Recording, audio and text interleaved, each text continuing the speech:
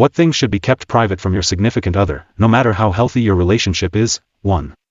Journals. My partner writes in one every night before bed and I have no idea what any of it says. If she wants to share with me she can. Those are her private thoughts and feelings until she decides differently.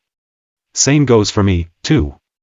The unkind shit you think when you're angry and tired, it will absolutely never help at all to say any of it out loud, and even if you don't have a particularly big fight or break up over it you'll still regret it and they'll still remember.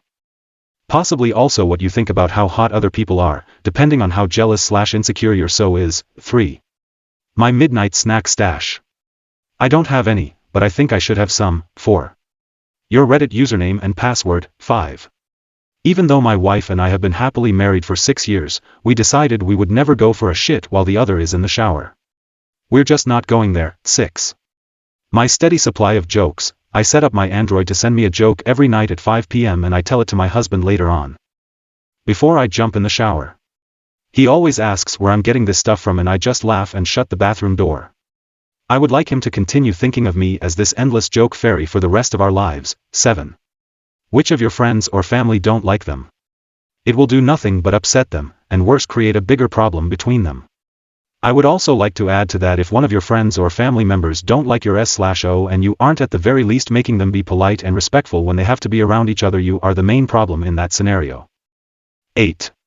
Where I hide the secret, spare pair of scissors I keep for when he's lost all the other 11 pairs of scissors we own and I need to trim a chip bag down to make getting to the chips easier. 9.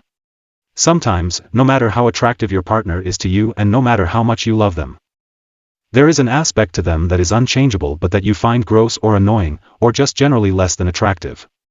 Clogged nose pores, a laugh that sounds like a muppet, big toenails that just look a little bit weird, or that single long hair growing from inside their ear that just keeps coming back no matter what they do. If it's going to make them feel insecure or unloved, this is something you should just keep to yourself. In a relationship, you learn each other's weak points and vulnerabilities. And using them against your partner is a boundary that, once you cross it, you can't come back from.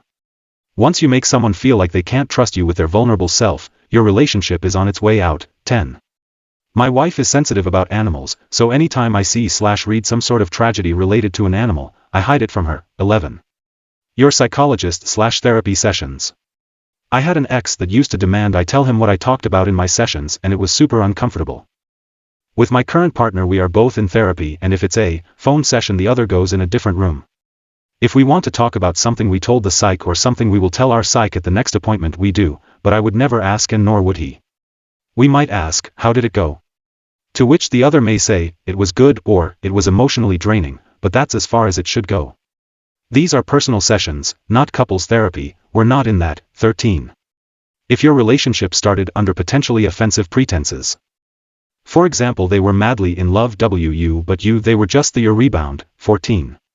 No matter how healthy a relationship is, there'll always come a time where you have resentful thoughts of your spouse. Those should be kept to yourself, as most of them pass quickly. The only time you should share them is if they're persisting in some behavior that is hurting you, and then it should be done calmly and not in the heat of the moment. For instance, if you got home from work tired to find your spouse binge watching a TV show, but the sink is full of dirty dishes, the impulse may be to lace into them. Don't. Go ahead and do the dishes, and tomorrow, when that initial flash of anger has passed, discuss the issue. People say arguments can be healthy in a relationship, but it all comes down to how you argue. Spouses, at least if they're good ones, know intimate details about you, your past, and how you think and feel. This gives them weapons to hurt you. And it may be tempting to use such weapons when angry. But if you know your spouse has a sore spot about their dad, and you say in anger, this is why your dad never loved you, you have permanently damaged your relationship. And that damage builds up over time. Successful relationships survive because people rein themselves in that moment. Even when they're angry, they don't want to inflict wounds like that.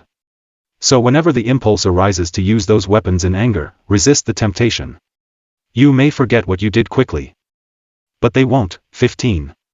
It's not that it should be kept private, as in forcefully, but I believe both persons in a relationship should have privacy in their devices. My so has all my logins, and passcodes for my phone and tablet, but this doesn't give her the right to go snooping for stuff that will never be there. She can totally grab my phone, if it's nearest, to search on Google, or grab someone's phone number. But we've agreed that if either of us snoop, you better be sure that there's going to be something to find.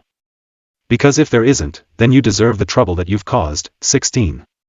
I don't like the idea of sharing absolutely everything with one's partner like it's a proof of healthiness.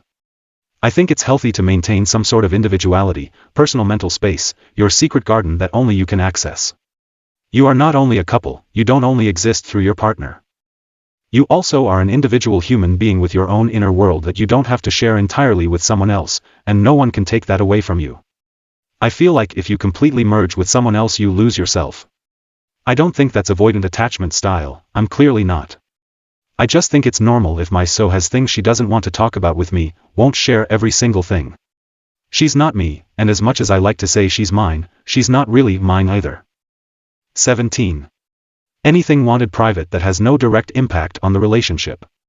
People don't need to be sharing text messages, diary entries, detailed itineraries when apart, etc. Any insistence on that kind of sharing is paranoid and unhealthy. Trust is important, as is understanding people may still need their space regardless of relationship status. Edit, obviously there are gray areas. Itineraries are useful because of safety concerns, but that's a trust issue too. You are sharing it with someone you trust voluntarily, rather than feeling coerced into providing a constant stream of data. If you wish to share things, cool, because that's a choice freely made.